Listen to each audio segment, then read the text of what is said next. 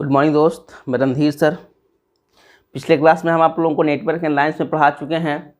Network में पढ़ा चुके थे, कहाँ तक भाई? पढ़ा चुके थे आपको हम करंट कैसे निकलता है, करंट कैसे फ्लो करता है, किसी भी कंडक्टर में करंट कैसे फ्लो करता है, पहला ये बताए थे। दूसरा हम बताए थे आप लोगों को कि पोटेंशियल किसे कहते हैं, वोल्टेज किसे कहते हैं। तीसरा हम बताए थे कि पावर किसे कहते हैं, ठीक है ना। उसके बाद हम एक और बताए थे पावर किसे कहते हैं। यहाँ तक हम आप लोगों को बता चुके थे, ठीक है। आज हम नेक्स्ट टॉपिक स्टार्ट कर रहे हैं आप लोगों को current density and Ohm's law. ये दो टॉपिक आज होगा। तो देखिए, सबसे पहले देखिए क्या है कि ये मान लिया कि एक कंडक्टर है। ये क्या है? एक कंडक्टर है जिसमें क्या है भाई? जिसमें इलेक्ट्रॉन्स भरा हुआ है, इलेक्ट्रॉन्स भरा हुआ है। आप यहाँ पर एक पोटेंशियल अप्लाई कर दिए, क्या चीज? भी अप्लाई कर दिए। दिस इज द पोटेंशियल भी। ये अप्लाई कर दिए, क्या चीज भाई? भी पोटेंशियल अप्लाई कर दिए। ये पोटेंशियल क्या करेगा? ये पोटेंशियल यही काम करेगा कि इसके अंदर में इलेक्ट्रिक फील्ड सेटअप कर देगा। कैसे भाई? प्लस से माइनस, ये हो गया, देखिए प्लस टर्मिनल हो गया, ये हो गया माइनस टर्मिनल, इसमें बता चुके हैं। तो इसके अंदर क्या सेटअप कर देगा? इलेक्ट्रिक फील्ड इसके अंदर सेटअप कर देगा।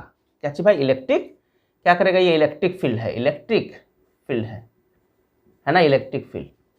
मान लो कि इस कंडक्टर का लेंथ है कैपिटल एल। क्या है भाई? Capital L. L is the length of conductor. L is the length of conductor. इसका जो मोटाई है, क्रॉस सेक्शनल एरिया है, इसका जो क्रॉस सेक्शनल एरिया है, this is the cross sectional area. This is the cross sectional area. इसको मान लीजिए आप कैपिटल ए। क्या मान लिए? ये है कैपिटल ए बराबर क्या है? Cross sectional area. Cross sectional area कितना है? कैपिटल ए है, ठीक है। कितना है भाई? कैपिटल ए है। अब क्या होगा कि इसमें जब करंट फ्लो करेगा, ये तो हम बताए थे भाई, करंट इसमें फ्लो करेगा। मान लिया करंट फ्लो करता है कैपिटल आई। क्या करता है? Capital I. Conventional current. कौन सा करंट? दो करंट बताए थे, एक नेचुरल करंट, एक कन्वेंशनल करंट। तो नेचुरल करंट तो था इलेक्ट्रॉन के डायरेक्शन के मूवमेंट का। इलेक्ट्रॉन के डायरेक्शन में अगर आप करंट निकालना चाहते हैं तो उसको बोलते हैं कौन सा? उसको बोलता हूँ नेचुरल करंट बोलते हैं। लेकिन अगर इलेक्ट्रॉन के मूवमेंट के अपोजिट डायरेक्शन में अगर आप करंट निकालना चाहते हैं तो उस करंट को बोलते हैं कन्वेंशनल करंट बोलते हैं। जितना भी हम बताए थे, जितना भी सर्किट का एनालिसिस है, जितना भी केवीएल है, केसीएल है, जो भी है, सब के सब बेस्ड है। किस पे बेस्ड है भाई? किस पे बेस्ड है?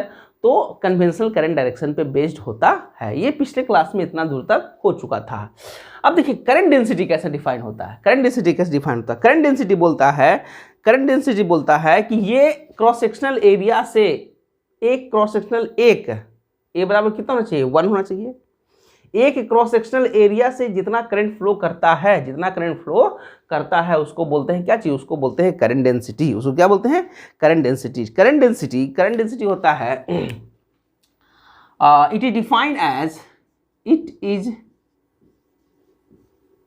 It is defined as current flow through conductor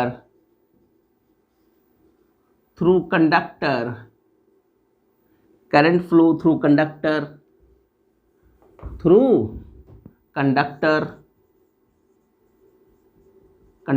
per unit cross sectional area। देखिए, अगर ये कंडक्टर आप कंसिडर करते हैं तो इसमें दो चीज है। एक सरफेस एरिया है, जो ये सरफेस है, इस सरफेस का एरिया है। और ये जो कट कीजिएगा तो बीच में एक सर्कल टाइप का बनेगा। जैसे देखिए, यही मान लिया कट किए तो एक सर्कल बना, तो ये एरिया, तो इसको बोलते हैं क्रॉस सेक्शनल एरिया। तो यहाँ पर कौन सा लेना है? यहाँ पर लेना है क्रॉस सेक्शनल एरिया। जो हमने वहां पर ए माना है वो क्रॉस सेक्शनल एरिया लेना है, लेना। तो कहने का मतलब है कि इसको नेक्स्ट फर्स्ट पॉइंट ये हो गया, it is defined as current flow through conductor per unit cross sectional area. दूसरा point, it is represented by, it is denoted by, किससे भाई डिनोट करते हैं? जे से डिनोट करते हैं। किससे? जे से डिनोट करते हैं। तीसरा पॉइंट बड़ा ही इंपॉर्टेंट समझे ना, it is a vector quantity. It is a vector quantity हम सब जानते हैं क्या कि करंट कैसा क्वांटिटी है, करंट एक स्केलर क्वांटिटी है, करंट का कोई अपना डायरेक्शन नहीं होता है, ये जो है ये ट्रायंगल्स रूल को फॉलो नहीं करता है, तो करंट जो है वो ट्रायंगल रूल को फॉलो नहीं करता है, इसलिए वो कैसा क्वांटिटी है, वेक्टर क्वांटिटी है। लेकिन जो करंट डेंसिटी है, करंट डेंसिटी एक करंट कैसा क्वांटिटी है, एक स्केलर क्वांटिटी है। क्यों? क्योंकि वो ट्रायंगल रूल को फॉलो नहीं करता। आप लोग पढ़े होंगे पिछले सेमेस्टर में, सेकंड सेमेस्टर में या वेक्टर में पढ़े होंगे कि वेक्टर, कोई भी क्वांटिटी को वेक्टर होने के लिए तीन चीज़ होना चाहिए। पहला उसमें मैग्नीट्यूड होना चाहिए, दूसरा उसका डायरेक्शन होना चाहिए, और तीसरा वो ट्रायंगल्स रूल ऑफ एडिशन को फॉलो करना चाहिए। तो करंट एक ऐसा चीज़ है जो ट्रायंगल रूल ऑफ एडिशन को फॉलो नहीं करता है, इसीलिए बोला जाता है कि करंट एक स्केलर क्वांटिटी होता है। लेकिन यहाँ पर अगर करंट डेंसिटी का बात कीजिएगा तो ये एक वेक्टर क्वांटिटी होता है। क्या होता है? तो हम इसीलिए बोलते हैं कि vector J equal to I upon क्या चीज, ए, आई अपॉन ए। क्लियर? तो बड़ा ही इंपॉर्टेंट चीज़ है करंट डेंसिटी एक ऐसा क्वांटिटी भाई, वेक्टर क्वांटिटी है। इसका यूनिट क्या होगा भाई? तो करंट का क्या होता है, एम्पियर होता है, और A4 क्या है, क्रॉस सेक्शन एरिया है, तो इसका क्या होगा, मीटर स्क्वायर होगा, मतलब एम्पियर पर मीटर स्क्वायर होता है। ठीक है ना? इसको आप ऐसे भी लिख सकते हैं, इसको आप एम्पियर यहाँ पर मीटर और -2 लिख दीजिए, ऐसे भी करके आप लिख सकते हैं। क्लियर ना? तो ये क्या है भाई, ये है करंट डेंसिटी है। क्या है ये? Current density. तो आप इसको थोड़ा ठीक से उतारिएगा करंट डेंसिटी को। इसके बाद हम आप लोगों को पढ़ाएंगे क्या चीज़ भाई, इसके बाद हम आप लोगों को पढ़ाएंगे ओम्स लॉ। क्या पढ़ाएंगे? Ohm's law. पहले आप यहाँ तक उतार लीजिए, नोट कर लिए, फिर हम ओम्स लॉ स्टार्ट करते हैं। चलिए कीजिएगा। चलिए भाई नेक्स्ट समझिएगा ओम्स लॉ किसे कहते हैं। ठीक है ना? ओम्स लॉ किसे कहते हैं। ठीक है, आप लोग भी ओम्स लॉ के बारे में बहुत कुछ जानते होंगे कि ओम्स लॉ किसे कहते हैं, 9th-10th में पढ़े होंगे। ठीक है, लेकिन यहाँ जो हम आपको ओम्स लॉ पढ़ाएंगे वो आपका 9th-10th का ओम्स लॉ से इंटायरली डिफरेंट होगा। वो ओम्स लॉ, ये ओम्स लॉ में बहुत अंतर होगा, और ओम्स लॉ जो हम अभी आपको बताएंगे वही रियल ओम्स लॉ होता है। वो तो आप लोगों को पढ़े होंगे 9th-10th में, वो रटाया ओम्स लॉ है। ठीक है, चलिए जरा पॉइंट जरा समझिएगा। देखिए ओम्स लॉ के बारे में अगर आप पढ़ना चाहते हैं ठीक से तो जरा पॉइंट समझिएगा। यहाँ पर देखिएगा, ये वोल्टेज जो बैटरी जो हम लगाए हैं, एक्सटर्नल में जो हम बैटरी लगाए हैं, तो ये बैटरी क्या करता है भाई, ये बैटरी फोर्स लगाता है। ये सब हम पढ़ा चुके हैं। बैटरी क्या करता है? बैटरी का काम ये है कि इसके अंदर में इलेक्ट्रिक फील्ड सेटअप करता है। इलेक्ट्रिक फील्ड सेटअप होने के कारण जितना भी इलेक्ट्रॉन है सब पे फोर्स लगता है। तब फोर्स लगता है जिसके कारण क्या होता है, इलेक्ट्रॉन इसमें मूव करता है। ये सब सारा कहानी पिछले लेक्चर में बताया हुआ है। ठीक है, अब जरा पॉइंट जरा आगे समझिएगा। अगर आप इस इलेक्ट्रिक फील्ड का वैल्यू को बढ़ाइएगा, इलेक्ट्रिक फील्ड का वैल्यू कैसे बढ़ेगा? अगर आप वोल्टेज को बढ़ा दीजिए, सपोज कीजिए आप शुरू में लगाइएगा इसमें 2 वोल्ट का, फिर लगाइए 4 वोल्ट, फिर लगाइए 8 वोल्ट। तो जैसे जैसे इसका स्ट्रेंथ, बैटरी का स्ट्रेंथ बढ़ेगा, वैसे वैसे यहाँ पर इलेक्ट्रिक फील्ड भी बढ़ेगा। जब इलेक्ट्रिक फील्ड बढ़ेगा तो इसके अंदर का करंट क्या होगा, करंट भी बढ़ेगा। बढ़ेगा। क्लियर ना? तो यहाँ से देखिए, यहाँ से ओम्स लॉ में क्या कहा गया है, ओम्स लॉ में क्या कहा गया है, बोला गया है कि it state that at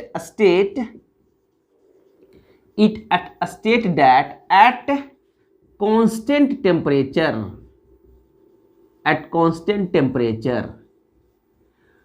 temperature कैसा रखना है भाई, कांस्टेंट रखना है। कांस्टेंट क्यों रखना है?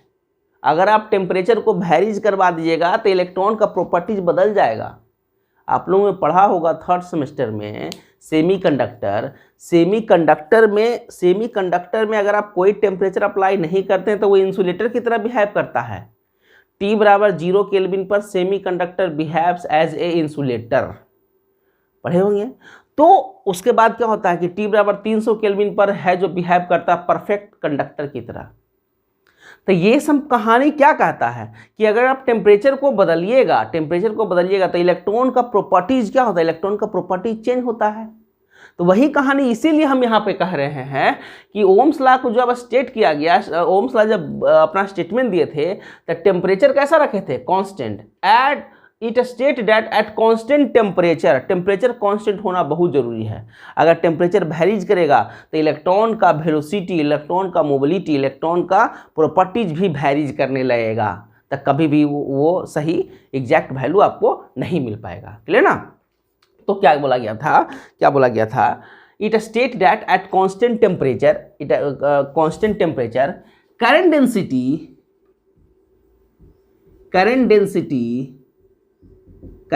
मतलब जे ना J current density is directly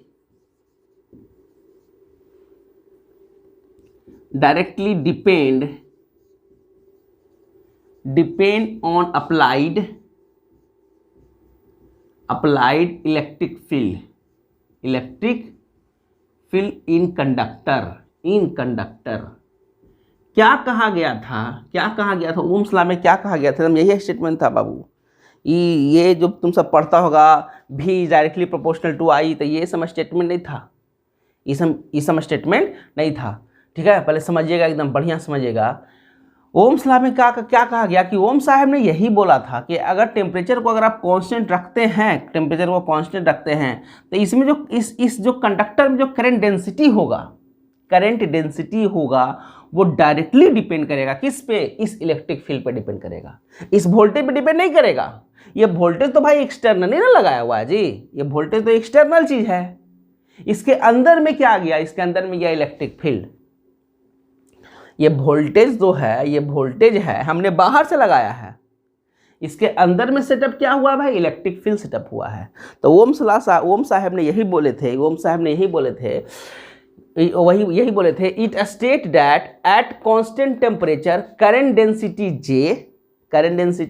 J is directly depend on applied electric field in conductor. किसी भी कंडक्टर में जो इलेक्ट्रिक फील्ड अप्लाई किया गया है उस पर डायरेक्टली डिपेंड करता है, that is J is directly proportional to क्या चीज, इलेक्ट्रिक फील्ड ई। क्लियर ना। इसको जब हटाते हैं, यही देखिए, यही स्टेटमेंट है ओम्स साहेब का, ओम लॉ का यही स्टेटमेंट है बाबू, याद रखना। ओम लॉ का यही स्टेटमेंट है। आप लोग जो भी पढ़ते होंगे V = I × R, कुछ भी पढ़ते होंगे, तो वो स्टेटमेंट नहीं है, वो कैलकुलेट करके लाया गया एक रिजल्ट है। रियल में स्टेटमेंट क्या है ओम का, रियल में स्टेटमेंट यही है कि J is directly proportional to क्या होता है, E के बराबर होता है। ठीक है, ये भी वेक्टर क्वांटिटी और ये भी कैसा क्वांटिटी, इलेक्ट्रिक फील्ड भी वेक्टर क्वांटिटी, दोनों कैसा क्वांटिटी है, वेक्टर क्वांटिटी है।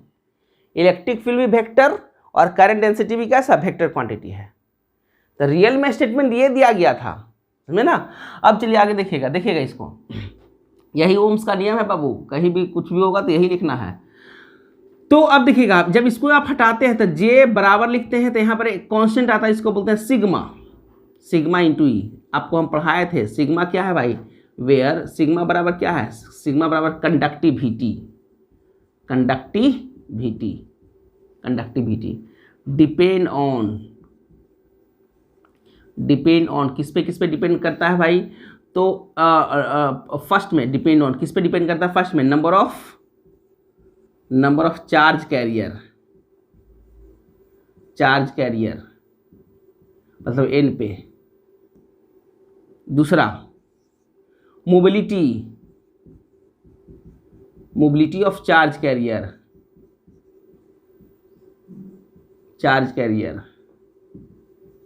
मतलब म्यू पे। तीसरा थर्ड में चार्ज ऑन कैरियर, जो चीज जाता है मतलब क्यू पे, समझे। सिग्मा बराबर होता है NQ न्यू,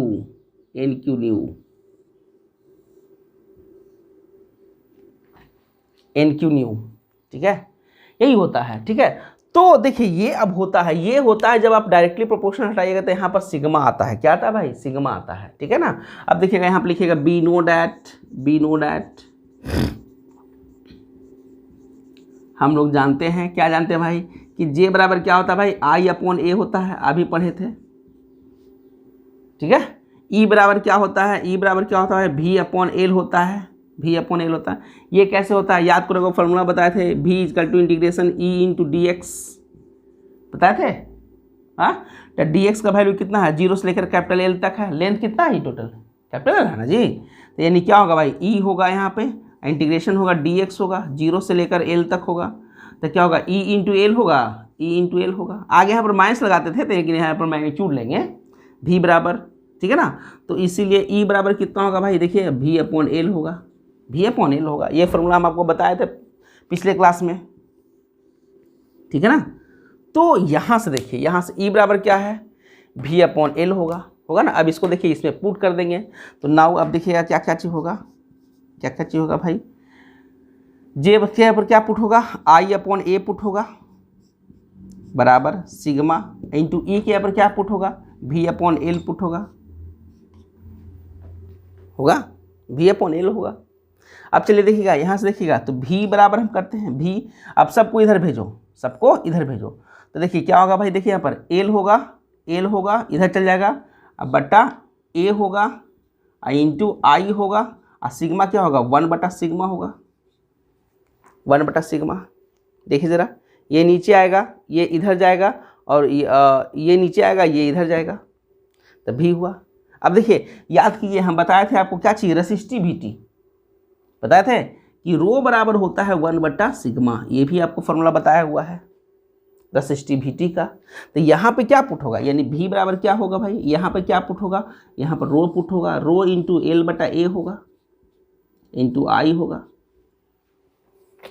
होगा क्लियर। अब देखिए, रो इंटू एल बटा ए को क्या बोलते थे, क्या बोले हैं हम, रेसिस्टेंस बोले हैं, ये भी आपको हम पढ़ा चुके हैं। तो अब देखिए, इसके बाद हम इधर लिख रहे हैं, तो भी बराबर इसके ऊपर क्या पुट होगा, इसके बराबर आर पुट होगा, इंटू आई होगा, आर इंटू आई होगा। ये एक कांस्टेंट होता है, आर क्या होता है, कांस्टेंट होता है ना, कांस्टेंट क्या है, तो दिस इज ये है। देखिए आप लोग यही पढ़ते हैं, भी इज डायरेक्टली प्रोपोर्शनल टू आई पढ़ते हैं, लेकिन ये रियल में नहीं होता है, ये रियल में नहीं होता है। रियल में यहाँ से स्टार्ट होता है, ओम्स लॉ का कहा हुआ था, ओम्स साहब ने यही बोला था कि जो करंट डेंसिटी होता है वो डायरेक्टली डिपेंड करता है किस पे, डायरेक्टली डिपेंड किस पे करता है भाई, वो डिपेंड करता है इलेक्ट्रिक फील्ड पे। और यहाँ से सब कुछ यहाँ से यहाँ तक आता है। कैसे कैसे आया भाई, आप लोग ठीक से देखिए, ठीक से बनाइए, ठीक से यहाँ तक उतारिए, उसके बाद हम इसमें आगे बताते हैं। चलिए कीजिएगा फटाफट। तो ओम्स लॉ का जो स्टेटमेंट था, जे इज डायरेक्टली प्रोपोर्शनल टू ई, उसको पूरा कैलकुलेट करने के बाद जो वैल्यू आता है वो होता है भी equal to R into I होता है, भी equal to R into I होता है, ठीक है ना। यहाँ से भी देखिए, यहाँ से भी देखिए, यहाँ से क्या होता है, तो from the above calculation, from the above calculation, from the above calculation, इस पूरे कैलकुलेशन से क्या होगा भाई, eight constant temperature, eight constant temperature, eight constant temperature, constant temperature, भी क्या है, भी the potential difference, potential difference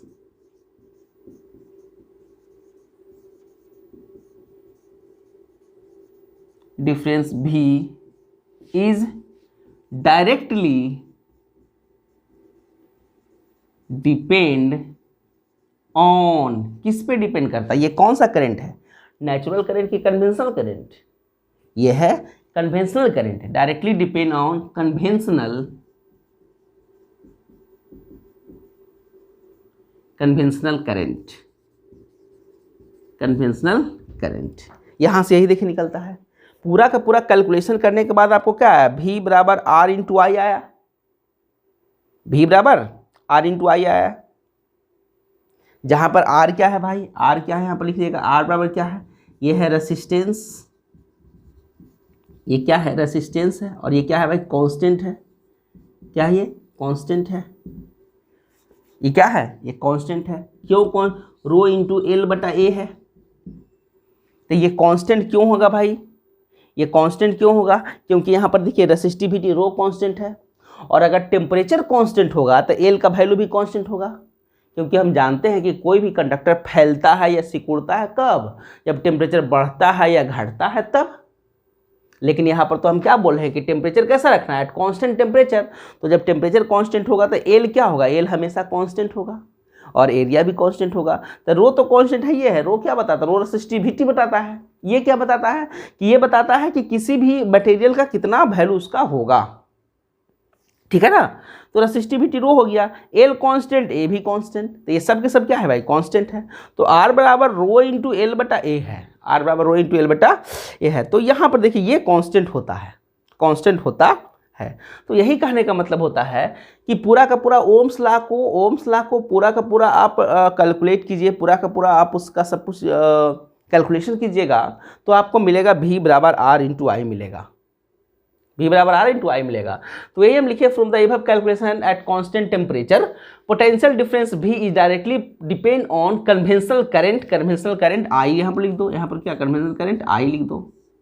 clear हुआ ओम्स लॉ क्लियर हुआ, ठीक है ना। तो ओम्स लॉ का स्टेटमेंट ये नहीं होता है V equal to R I, और आप लोग तो वो भी गलत बोलते हैं, V इक्वल टू क्या बोलते हैं? I इंटू आर बोलते हैं। ये तो एकदम ही गलत है। V equal to I into R नहीं होता है बाबू, याद रखो V equal to R into I होता है, क्योंकि इसमें R क्या है? कांस्टेंट। जैसे ये इक्वेशन आप लिखते होंगे y बराबर m इंटू एक्स अब प्लस सी, स्ट्रेट लाइन का इक्वेशन लिखते हैं। तो m क्या होता है? m जो स्लोप होता है वो पहले लिखाता है कांस्टेंट वाला। तो उसी तरह से जो यहाँ पर m है वही यहाँ पर r है, जो यहाँ पर m है वही यहाँ पर क्या है? r है। तो हमेशा इसको आई आर नहीं लिखा जाता है, आर आई लिखा जाता है। क्या लिखा जाता है? आर आई। दोनों, तुम सबको तो लग रहा है कि सर दोनों तो एक ही चीज़ है, सर दोनों तो एक ही चीज़ है, लेकिन एक ही चीज़ नहीं है। कॉपी में अगर आप कहीं एग्जाम बढ़िया जगह एग्जाम दीजिएगा तो ये सब चीज़ को बहुत देखा जाता है कि लड़का को बेसिक नॉलेज है कि नहीं, कि खाली ऐसी किताब से रट रुट के सब गलत सलत पढ़ के चला आया है। ये बड़ा इंपॉर्टेंट चीज़ होता है बाबू, एग्जाम में जब लिखिएगा इस सब चीज़ को तो ये बहुत ही इंपॉर्टेंट चीज़ होता है कि कैसे आपको लिखा जाए, ठीक है ना। तो सब चीज़ सही सही लिखाने का कोशिश कीजिए, धीरे धीरे सही सही हो जाएगा सब कुछ, ठीक है। आप लोग मेहनत थोड़ा कीजिएगा, सब कुछ सही सही हो जाएगा, कोई दिक्कत इसमें नहीं है। क्लियर। अब देखिए इसका ग्राफ हम बनाते हैं। क्या बनाते हैं भाई? ग्राफ बनाते हैं, ग्राफ बनाते हैं, ठीक है। तो एक एक्सिस पे हम लेते हैं क्या चीज?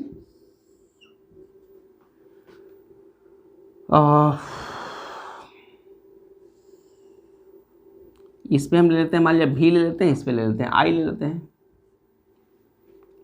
I ले लेते हैं, V और I के बीच में ग्राफ, ठीक है। तो देखिए अगर V का वैल्यू अगर आप जीरो रखिएगा, V का वैल्यू जीरो रखिएगा तो I का वैल्यू भी जीरो होगा, मतलब यहाँ से स्टार्ट होगा,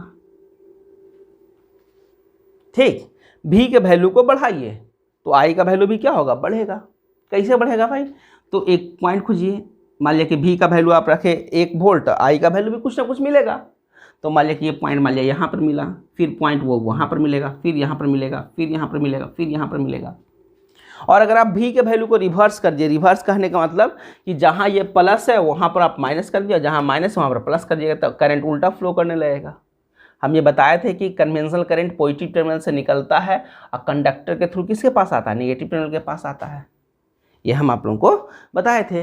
तो अगर आप वोल्टेज को उल्टा कर दीजिए, मतलब वोल्टेज को उल्टा ले आइए, तो ये कुछ पॉइंट इधर मिलेगा। तो जब आप इसको मिलाइएगा, जब आप इसको इस सारे पॉइंट को, कोऑर्डिनेट को सबको मिलाइएगा, कोऑर्डिनेट मैचिंग करते हैं, तो ये एक स्ट्रेट लाइन का ग्राफ बनेगा। किसका बनेगा वो ग्राफ? किसका ग्राफ बनेगा भाई? स्ट्रेट लाइन का ग्राफ बनेगा, स्ट्रेट लाइन का ग्राफ बनेगा। देखिएगा स्ट्रेट लाइन होगा, मेरा थोड़ा गड़बड़ हो जाए तो हो जाए, आपका गड़बड़ नहीं होना चाहिए, ठीक है ना। ये किसका बनेगा भाई? स्ट्रेट लाइन का ग्राफ बनता है, ठीक है। तो ये क्या है? ये है स्ट्रेट लाइन, स्ट्रेट लाइन और लीनियर ग्राफ, लीनियर ग्राफ होता है, ठीक है। ये जो झुकाव होता है यहाँ से इस पे, यहाँ से इस पे झुकाव होता है, ये थीटा, क्या होता है? ये थीटा होता है ना। तो ये जो झुकाव होता है ये इसको बोलते हैं, ये जो थीटा होता है इसको बोलते हैं हम स्लोप बोलते हैं। क्या बोलते हैं इसको? स्लोप। स्लोप बोलते हैं। इससे निकाला जाता है टैन थीटा निकाला जाता है। क्या निकालते हैं? टैन थीटा निकालते हैं। और ये किसके बराबर होता है भाई? ये आर के बराबर होता है। आर के बराबर होता है। देखिए ना भाई, ये जो यहाँ पर देखिए ये बाई बराबर एम इंटू एक्स कैसा ग्राफ है, भी बराबर आर इंटू आई। तो यहाँ पर देखिए ना, ये एम किसके बराबर होगा? एम बराबर होगा आर होगा। और एम बराबर क्या होता है? Tan theta. पढ़े होंगे आप लोग कोऑर्डिनेट में। तो वही होता है, ये जो ग्राफ है, ये जो एंगल है थीटा, ये बराबर स्लोप होता है, बराबर टैन थीटा होता है, बराबर आर होता है। ठीक है। किसी के मन में होगा कि सर आप यहाँ पर आई क्यों लिए हैं? आप बाई एक्सिस पे आई ले लीजिए, बाई एक्सिस पे आई ले लीजिए। तो आप ऐसे भी ग्राफ बना सकते हैं, कोई दिक्कत नहीं होगा। यहाँ पर भी ले लो, यहाँ पर आई ले लो। तो इस केस में भी क्या होगा? अगर आप वोल्टेज को बढ़ाइएगा तो करंट बढ़ेगा। इस केस में भी ग्राफ वैसा ही बनेगा, ऐसा ही बनेगा। ये ग्राफ कैसा होगा? ये ग्राफ अभी भी कैसा होगा भाई? लीनियर ही होगा। कैसा होगा? लीनियर ग्राफ होगा, लीनियर ग्राफ होगा। और ये जो एंगल होगा, ये जो एंगल होगा, ये अभी भी थीटा होगा, थीटा ही होगा। समझे? थीटा ही होगा। ये भी कहलाएगा, क्या कहलाएगा? स्लोप कहलाएगा, स्लोप कहलाएगा। और यहाँ जो टैन थीटा निकालिएगा, टैन थीटा निकालिएगा, तो अब ये किसके बराबर होगा? ये अब ये बराबर हो जाएगा 1/r के बराबर हो जाएगा, 1/r के बराबर हो जाएगा, 1/r के बराबर हो जाएगा। कब? जब इस पे आप आई मानिएगा, इस पे भी मानिएगा तब। अगर आप इस पे भी मानते हैं, इस पे आई मानते हैं, तब तो ये आर के बराबर होगा। और इस पे अगर आई मानते हैं, इस पे अगर आप भी मानते हैं, तो ये 1/r के बराबर होगा। क्लियर ना? 1/r के बराबर होता है, 1/r के बराबर होता है। ठीक है। तो अब देखिएगा, अब देखिएगा, तो इसको जो हम बोलते हैं, इसको जो हम बोलते हैं, ये ग्राफ कैसा है? ये ग्राफ लीनियर है। ये ग्राफ कैसा है भाई? ये ग्राफ लीनियर है। तो जो एलिमेंट, एक पॉइंट समझ लीजिएगा, जो एलिमेंट का कैरेक्टरिस्टिक्स ओम लॉ के, इसको बोलते हैं कैरेक्टरिस्टिक्स। अगर आप वोल्टेज और करंट के बीच में ग्राफ ड्रॉ करते हैं, इसको क्या बोलते हैं? इसको बोलते हैं कैरेक्टरिस्टिक्स। तो इसको हम बोलते हैं कैरेक्टरिस्टिक्स ऑफ ओम लॉ। पहले ये समझ लीजिएगा point, characteristics of Ohm's law. ये ओम्स लॉ का कैरेक्टरिस्टिक्स है। ठीक है ना? तो एक पॉइंट है क्या कि जो एलिमेंट ओम लॉ के कैरेक्टरिस्टिक्स को फॉलो करता है, जो एलिमेंट कहने का मतलब जो बल्ब है, रजिस्टर है, इंडक्टर है, कैपेसिटर है, डायोड है, तो इस समय जो एलिमेंट आप लेते हैं, जो इलेक्ट्रिकल इक्विपमेंट होता है, जो इलेक्ट्रिकल एलिमेंट होता है, तो जो इलेक्ट्रिकल एलिमेंट ओम्स लॉ के कैरेक्टरिस्टिक्स को फॉलो करता है। कैरेक्टरिस्टिक्स किसको बोलेंगे भाई? कि अगर आप वोल्टेज और करंट के बीच में ग्राफ ड्रॉ करते हैं, किसी का भी, चाहे आप डायोड का ड्रॉ कीजिए, चाहे बीजेटी का ड्रॉ कीजिए, याद कीजिए common base, common emitter, common collector, ये सब आप लोग पढ़े होंगे। सब में वोल्टेज और करंट के बीच में ग्राफ ड्रॉ करते थे, तो उसको बोलते हैं characteristics of common base, characteristics of common emitter, characteristics of common collector. बोलते थे नहीं बोलते थे? तो हम क्या बोल रहे हैं कि जो एलिमेंट्स ओम्स लॉ के कैरेक्टरिस्टिक्स को फॉलो करता है, उसको बोलते हैं लीनियर एलिमेंट। क्या बोलेंगे उसको? लीनियर एलिमेंट्स बोलेंगे। देखिए पॉइंट देखिए क्या है,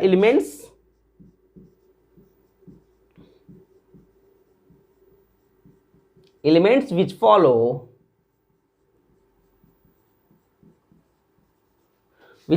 the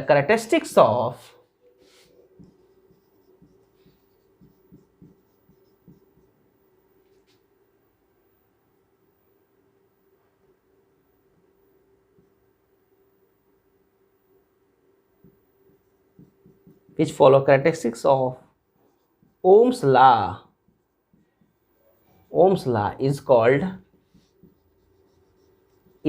linear element.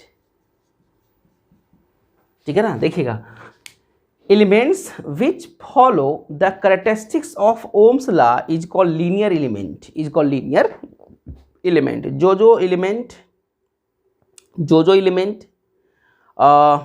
जो एलिमेंट ओम्स लॉ के कैरेक्टरिस्टिक्स को फॉलो करेगा उसको बोलेंगे लीनियर एलिमेंट। उसको क्या बोलते हैं क्या बोलते हैं उसको? लीनियर एलिमेंट बोलते हैं।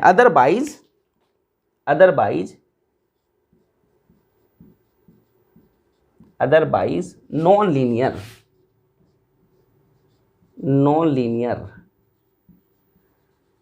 लीनियर एलिमेंट, नहीं तो उसको क्या बोलेंगे भाई? नॉन लीनियर एलिमेंट बोलते हैं। ठीक है, क्या बोलते हैं? नॉन लीनियर एलिमेंट बोलते हैं। अब किसका कैरेक्टरिस्टिक्स ओम्स लॉ से फॉलो करता है, ये तो हम जैसे से आपको आगे पढ़ाएंगे वैसे वैसे आपको हम बताएंगे, ठीक है ना। लेकिन याद रखिए कि जो जैसे एग्जाम्पल, यहाँ पर एग्जाम्पल रजिस्टर का ले लीजिए भाई। एक एग्जाम्पल रजिस्टर ही है, कैसा है? एक लीनियर एलिमेंट है। कैसा भाई? एक लीनियर एलिमेंट है। तो जो ओम्स लॉ की ये जो देखो कैरेक्टरिस्टिक, ये लीनियर कैरेक्टरिस्टिक्स है। जिसका इसका कैरेक्टरिस्टिक इससे मैच करेगा, जिसका इसका कैरेक्टरिस्टिक इससे मैच करेगा, उसको बोलेंगे क्या चीज? उसको बोलेंगे हम क्या चीज? ओम्स लॉ बोलेंगे।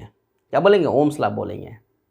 ओम्स लॉ कहने का मतलब कि वोल्टेज और करंट के बीच में अगर आप ड्रॉ करते हैं तो उसका स्ट्रेट लाइन ग्राफ बनना चाहिए, तो वही ओम्स लॉ को फॉलो करता है। जिसका स्ट्रेट लाइन ग्राफ बनता है वही ओम्स लॉ को फॉलो करता है, ठीक है ना। तो ओम्स लॉ बाबू यही है। ओम्स लॉ का आप लोग एग्जैक्ट अब डिफिनेशन जान गए। ओम्स लॉ किसे कहते हैं?